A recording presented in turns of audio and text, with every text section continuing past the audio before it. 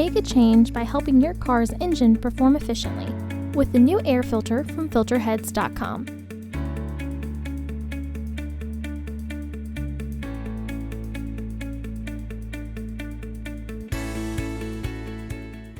To access the air filter, first open the hood. Use the hood prop rod to support the hood. The air filter is located here. There are two fasteners securing the housing. Remove the fasteners. Lift the housing. Remove the old filter from the housing and clean out any debris inside. Install your new AF3595 filter into the housing. One corner is less round than the others. Use this to orient the filter in the housing properly.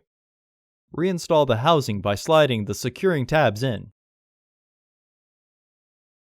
Once the filter is fully flushed and the housing is aligned, re-engage the fasteners. Remove the hood prop rod and close the hood. Visit our website to order your filter to ensure that it fits.